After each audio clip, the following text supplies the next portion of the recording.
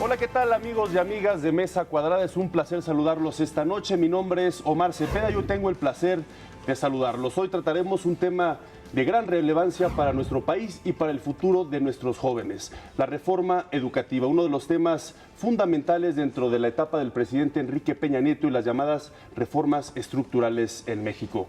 Para ello presento al subsecretario de Educación Básica, Javier Treviño Cantú. Muchísimas gracias por estar con nosotros, subsecretario. Gracias, Omar. Mucho gusto estar aquí en Mesa Cuadrada. Gracias. Y por supuesto a los especialistas de esta mesa, Verónica Ortiz, muchísimas gracias. Buenas noches, qué gusto. Gracias por acompañarnos, Javier. Javier Oliva, nuestro especialista. Gracias, buenas noches. Bienvenido, Javier. Gracias. Y por supuesto, alguien infaltable, Pepe Ureña. Buenas noches. Señor subsecretario, ¿en qué etapa nos encontramos en estos momentos dentro de la reforma educativa? En la implementación de la reforma educativa. Tenemos un marco jurídico, tanto el constitucional como en las leyes, en la Ley General de Educación, la Ley General del Servicio Profesional Docente, la Ley del Instituto Nacional para la Evaluación de la Educación, y estamos en la implementación de la reforma en todo el país. El secretario Aurelio Nuño presentó hace unos días lo que sería el planteamiento pedagógico de la reforma educativa. Es decir, un modelo educativo que consiste en 5 ejes fundamentales, una propuesta curricular para la educación obligatoria, y además por primera vez se presenta un documento que es breve, y me gustaría nada más mostrarlo. En un documento breve que se llama Los fines de la educación en el siglo XXI. Aquí definimos los mexicanos que queremos formar, y en los 7 ámbitos de formación en lo que quisiéramos tener los logros esperados al término de cada nivel educativo, en preescolar, en primaria, en secundaria y en la educación media superior. Es importante el planteamiento pedagógico de la reforma educativa porque nos lleva a otro nivel de discusión. Mucha gente confundió durante mucho tiempo que la reforma educativa era sobre la evaluación de los maestros. Y este es uno de los ejes. Hay un eje importantísimo que tiene que ver con poner a la escuela en el centro del sistema educativo, y ahorita podemos platicar de ello. Un segundo eje que tiene que ver con el planteamiento curricular para la educación básica, para la educación media superior. Un tercer eje que tiene que ver con la formación de los maestros, tanto la formación inicial en las escuelas normales como la formación continua y la capacitación de los maestros, y la transformación a un sistema en el que es el mérito, el conocimiento, lo que determina el ingreso, la promoción, el reconocimiento, la permanencia de los maestros en el servicio público educativo. Un cuarto eje que tiene que ver con la equidad y la inclusión. Lo he comentado en otras ocasiones, la gran batalla de México en el siglo XX fue la batalla por la cobertura en la educación, es decir, llevar escuelas a todos los rincones del país.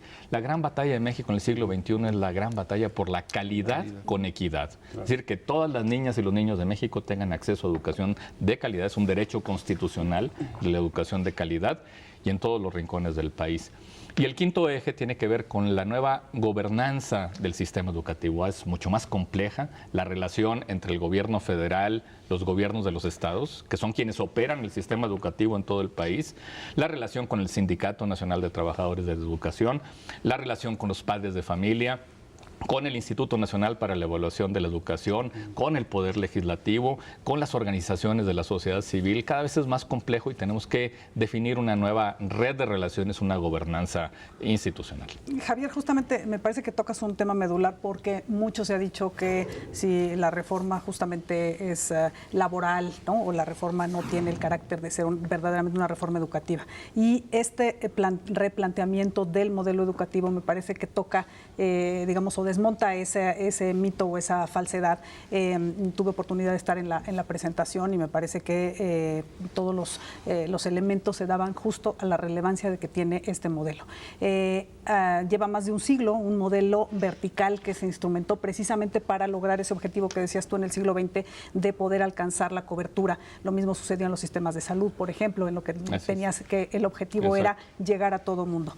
A un siglo en que no se había modificado ese modelo educativo, justamente nos lo estamos replanteando en esta reforma educativa.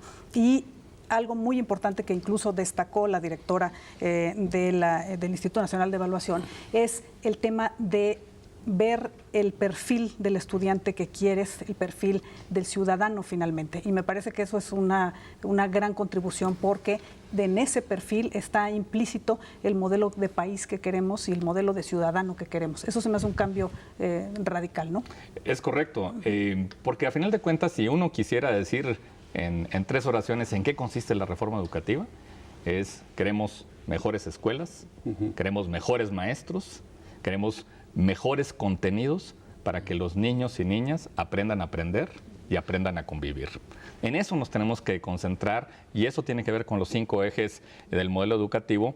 Y efectivamente, cuando definimos los logros, hacia dónde queremos ir, cómo queremos formar a los niños y jóvenes, en el caso de la educación básica, por eso estamos planteando ahora esta propuesta curricular, en la cual queremos enfocarnos en aprendizajes clave que tienen que ver con lenguaje y comunicación, con pensamiento matemático, además del conocimiento de las ciencias naturales y sociales, incluyendo la formación cívica y ética. Pero además de aprendizajes clave, tenemos que ver otro tipo de desarrollo personal y social y emocional de los niños y niñas, en donde podamos seguir desarrollando su creatividad, su innovación, la formación también y el cuidado de su cuerpo y de su salud, los temas de la convivencia que son fundamentales, el control de sus emociones para que puedan convivir con otros niños. Y luego estamos introduciendo un elemento fundamental que es la autonomía curricular. ¿Qué significa esto? Es el tercer elemento clave de la propuesta curricular. Esto significa que en todo el país tendremos que las escuelas podrán definir un porcentaje de su tiempo a concentrarse en algunos temas que más les interesa a la escuela, que puede ser en profundizar en los aprendizajes clave, profundizar en matemáticas o en lenguaje o en comunicación, pero también puede ser el tema de ampliar el desarrollo personal, emocional, social de los niños, también en contenidos locales o regionales, o en otros contenidos que no están en el currículum. Por ejemplo, profundizar en temas como la robótica o la mecatrónica o la educación financiera o la educación para la salud o más en el cuidado del medio ambiente, o en temas también de proyectos que tengan un impacto social en la comunidad. Y que determinen las propias escuelas. Así es, y las escuelas se convierten en el centro de la organización comunitaria en muchos lugares de nuestro país. Y por eso este nuevo currículum, este planteamiento curricular, le permite a la escuela tener una formación integral para las niñas y niños. Javier Oliva, ¿gustas hacer algún comentario? Sí, claro, por supuesto. Fíjate que escuchándote, Javier, esto me parece un tema muy, muy importante, sobre todo en tendencias mundiales donde las sociedades tienden a diluir sus lazos de identidad. Me parece, y tuve la oportunidad de escuchar al secretario de Educación Pública en una conferencia justamente presentando los documentos de la reforma educativa en cuanto a los contenidos generales de las asignaturas. Me parece que la idea general de crear alumnos y alumnas egresados con lo que yo denomino valores de utilidad social, me parece que es fundamental. Porque independientemente si tomas una opción tecnológica, humanística, artística o cualquiera otra que sea la disciplina, el tener un ciudadano con valor social de utilidad, pues nos permite justo fomentar la convivencia en medio de la diversidad, ¿no? Es decir, la pluralidad pasa de ser un discurso casi expropiado por los partidos políticos, en mal momento me parece, a ser propiamente un valor social. Y yo creo que ese es un punto que merece mucho la pena rescatarlo, porque además se embona perfectamente con lo que tú planteas. Bueno, ¿qué acento le van a dar las escuelas de alguna entidad o incluso dentro de una entidad en una región determinada, en una subregión, por las características morfológicas, geográficas, culturales de esa misma zona? Yo creo que es un reto muy importante, pero ojalá y ahora que comiencen las clases lo hagamos todos con este entusiasmo. En la UNAM ya empezamos clases, en el Politécnico también, pues que el sistema educativo público mexicano, que es tan poderoso, que tiene tanta presencia, pues arranque con toda normalidad y sobre todo con tanto entusiasmo en estas áreas, ¿no? Sí, sin duda, tienes toda la razón, Javier, porque la responsabilidad fundamental de los servidores públicos, y los maestros son servidores públicos, es crear valor público, como lo mencionas. De eso se trata, y por eso debemos estar en esta concentración en la implementación, en el diseño, en la formulación de políticas públicas que nos ayuden a mejorar el sistema escolar, por un lado, y que nos ayuden a tener mejores planteamientos. Como les decía, pues son mejores escuelas, mejores maestros y mejores contenidos la esencia de la reforma educativa. Y eso se ve tanto en este documento, que son los fines de la educación en el siglo XXI, como también en el caso del modelo educativo 2016, que es el planteamiento pedagógico de la reforma educativa, donde se describen con mayor detalle los 5 ejes y que invitamos a todos quienes nos están viendo a que lo puedan leer, consultar. Está en la página de internet del modelo educativo, que es www.gov.mx/modelo educativo 2016, donde pueden ver todos estos documentos que se complementan con un documento mucho más extenso, pero que es la propuesta curricular para la educación obligatoria. Esta propuesta pues ya viene con mucho mayor detalle, lo que les comentaba sobre los aprendizajes clave, sobre el desarrollo personal, emocional, social de los niños y sobre la autonomía curricular. Regresamos para seguir analizando este importantísimo tema que se encuentra en la agenda de México. Regresamos.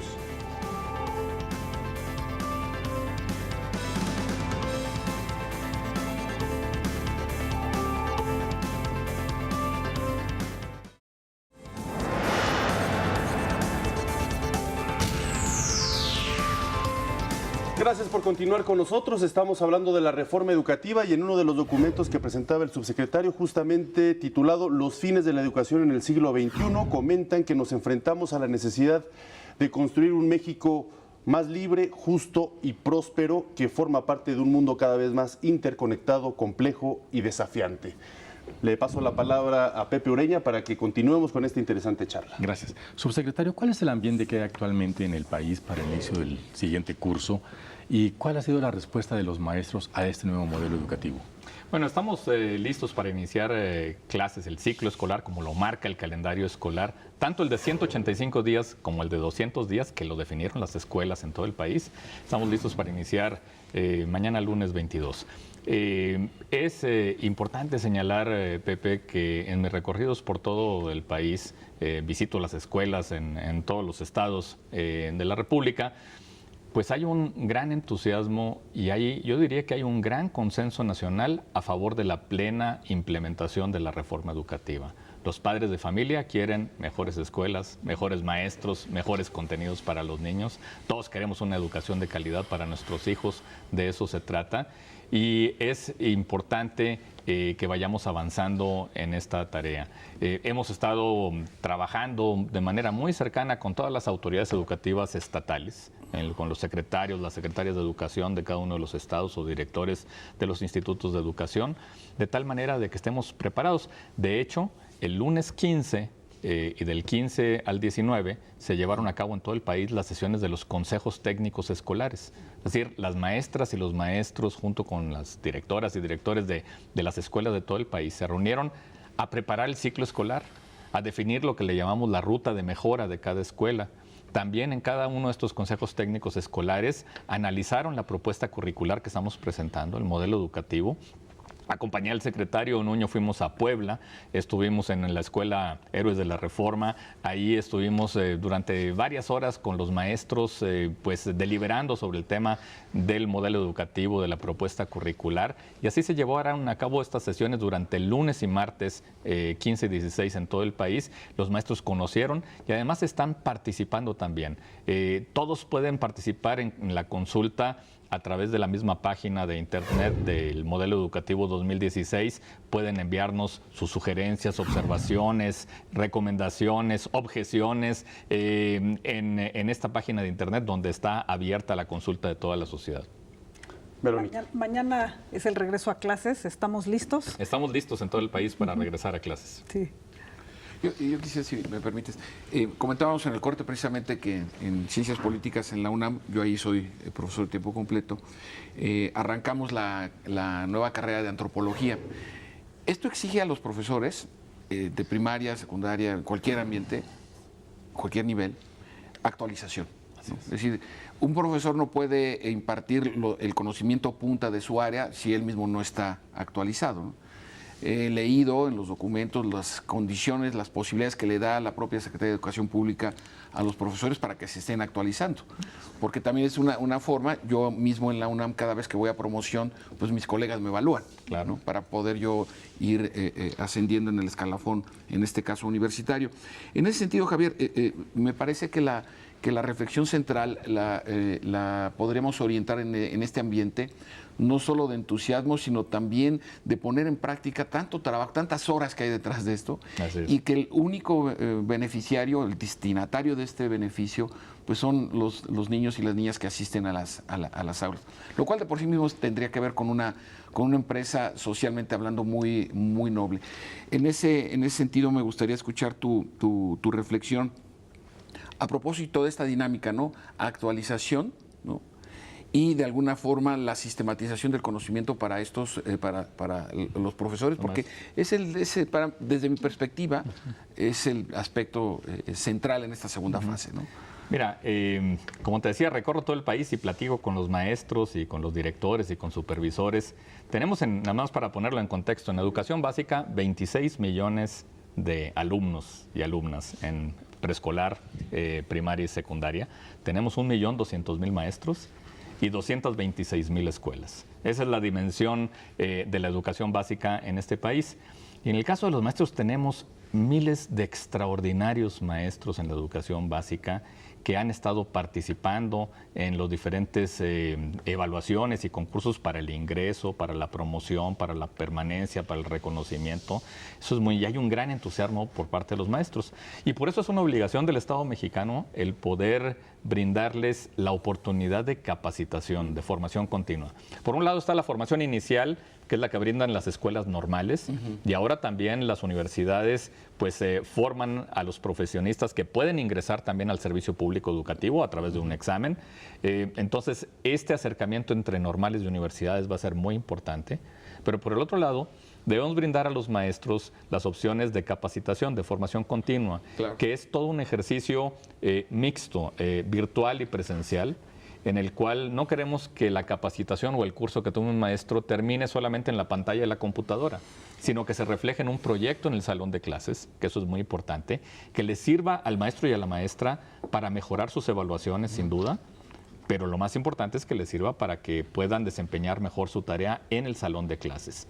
Y por eso cuando hablamos de poner a la escuela al centro, lo que queremos es transformar, lo decía Verónica hace un rato, este sistema que tradicionalmente fue muy vertical en uno más horizontal y en el cual acerquemos a la autoridad educativa federal y a la autoridad educativa estatal al salón de clases, ¿no? Que el supervisor, la supervisora, tenemos 16,000 supervisores en todo el país, bueno, que visiten no solamente las oficinas de los directores, sino el salón de clases, con una metodología para establecer un sistema de alerta temprana, ver si los materiales están distribuidos en las escuelas, si se está utilizando el tiempo, si existe la normalidad mínima de operación escolar, si no hay niños en rezago o si hay riesgo de que niños se puedan abandonar la escuela y ver por qué. Tener esa conversación.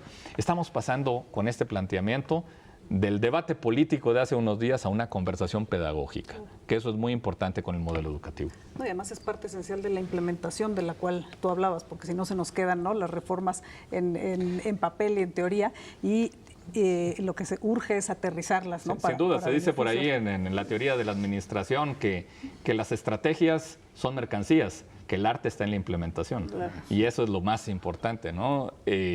Concentrarnos en cómo estamos instrumentando y cómo somos más eficaces en la instrumentación. Tú comentabas del calendario que ya, digamos, las escuelas definieron de la extensión del calendario escolar. Además de este tipo de acciones concretas, ¿qué otras encontraremos diferentes en este nuevo ciclo escolar derivadas de la implementación? Bueno, hemos de la fortalecido reforma? el trabajo de los consejos técnicos escolares, en donde se define la ruta de mejora para cada escuela. Hay una mayor autonomía de gestión en las escuelas. Si estamos quitándoles carga burocrática a los directores de las escuelas. Cuando llegamos acá a la Secretaría vimos que los directores de las escuelas dedicaban el 70% de su tiempo a llenar formatos, formularios, lo que les pide la autoridad municipal, estatal. Bueno, ¿y los niños qué? O sea, lo que queremos es que los directores y las directoras se dediquen a ver qué está pasando en los salones de clase, igual que los supervisores, igual que la autoridad educativa estatal. Eso es muy importante y que podamos ir avanzando mejor en los contenidos. Unidos. Entonces, por un lado es fortalecer esto, fortalecer la participación de los padres de familia a través de los consejos escolares de participación social, que los padres de familia conozcan las rutas de mejora de cada escuela, que participen en las tareas de infraestructura también. Ustedes saben, y lo hemos comentado en otro de los programas, el gobierno del presidente Enrique Peña Nieto está dedicando 50,000 millones de pesos de aquí al final de la administración para rehabilitar 33,000 escuelas en todo el país, para rehabilitarlas, equiparlas y que estén en mejores condiciones, donde más se necesitan.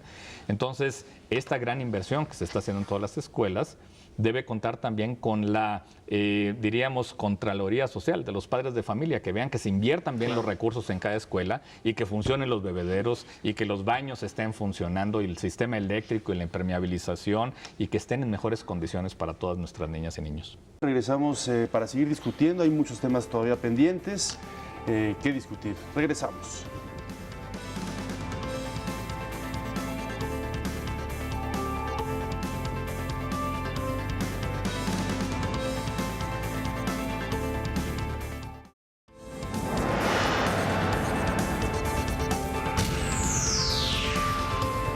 Gracias por continuar con nosotros. Ya hay un tema que no podemos dejar de abordar y me gustaría preguntarle a Javier Oliva, justamente pues porque tú tienes mucha experiencia al respecto, gran conocimiento sobre temas de seguridad.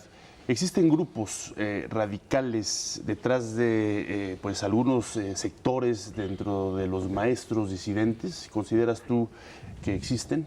Bueno, hay que comenzar cuál es el principal motivo.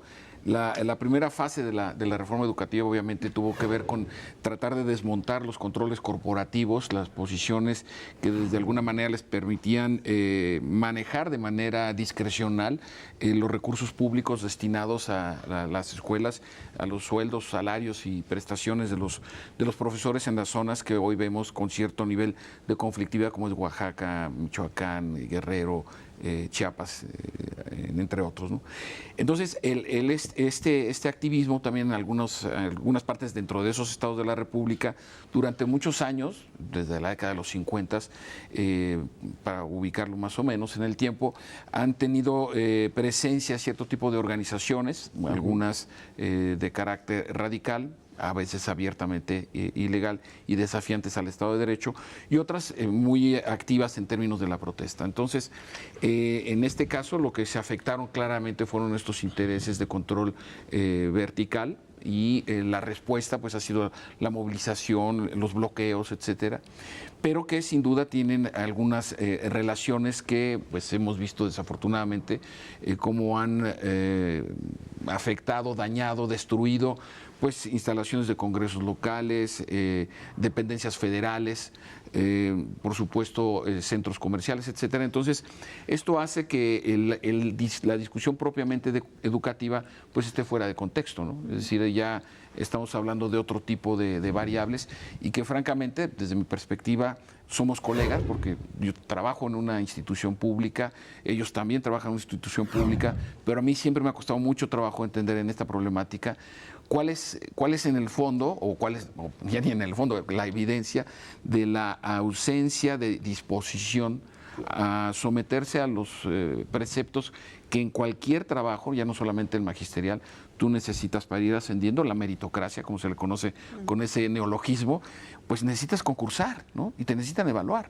Claro. Entonces, en ese sentido, veo esta relación entre protesta, una organización sindical, magisterial, y sí vasos comunicantes a ciertas organizaciones radicales, ¿no? Señor subsecretario, ¿cuál es su opinión al respecto? Bueno, yo creo que la reforma educativa, además del planteamiento pedagógico, fue una gran reforma política.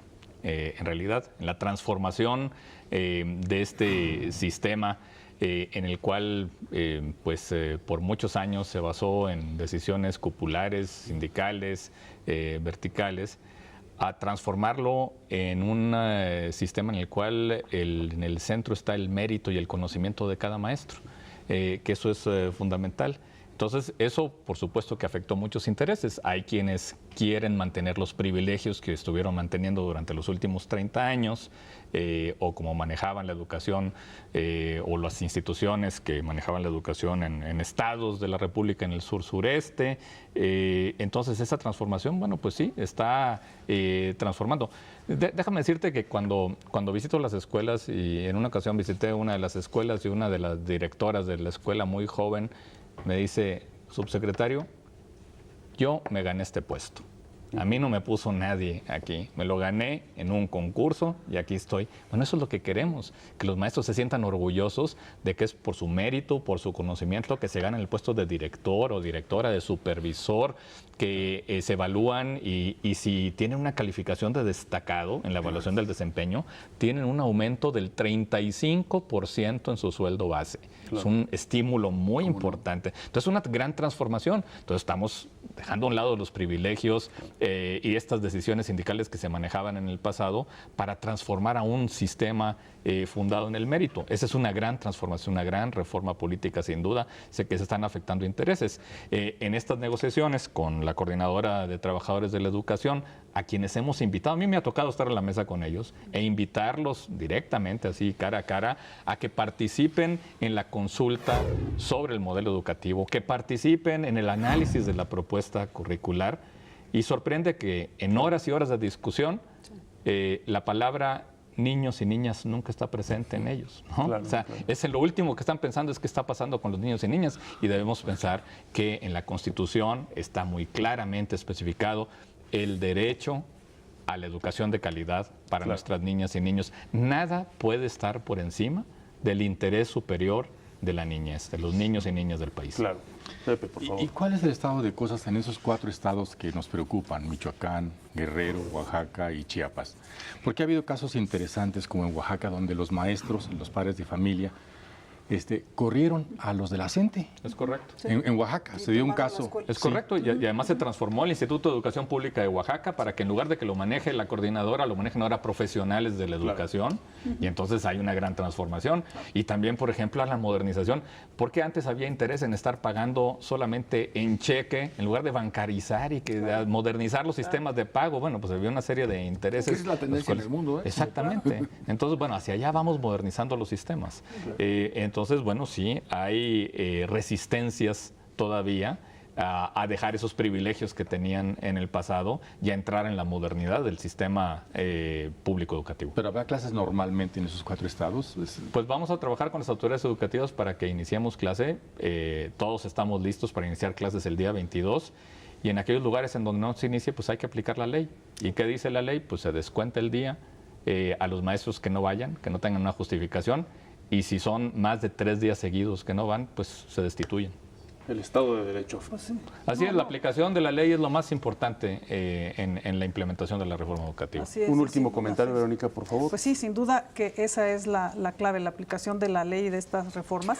Del tamaño de las transformaciones son las resistencias, eso que ni qué, y lo estamos viendo, pero me parece que hay un derecho humano fundamental que es a la educación, que es el que se debe de privilegiar, el de los niños, y sin menoscabo de derechos laborales o de administrativos de los maestros, como bien decía Javier, pero ojalá que veamos esa entera disposición, y no solo de las autoridades, sino de la sociedad que acompañe y que tome esta causa en sus manos. Aquí es un punto en donde me parece que la participación y la presión que se puede ejercer desde la sociedad civil y desde incluso los partidos por los cuales se aprobó esta misma reforma, aquí es donde se debe demostrar la altura de miras y la visión de Estado. Como padres de familia, la mejor educación para nuestros hijos, eso es lo que queremos. Y no queremos otro tipo de tendencias que obliguen a los padres de familia a optar por otras pues instituciones, porque no en las instituciones públicas no se les está dando la opción a los niños y niñas de una educación. Claro.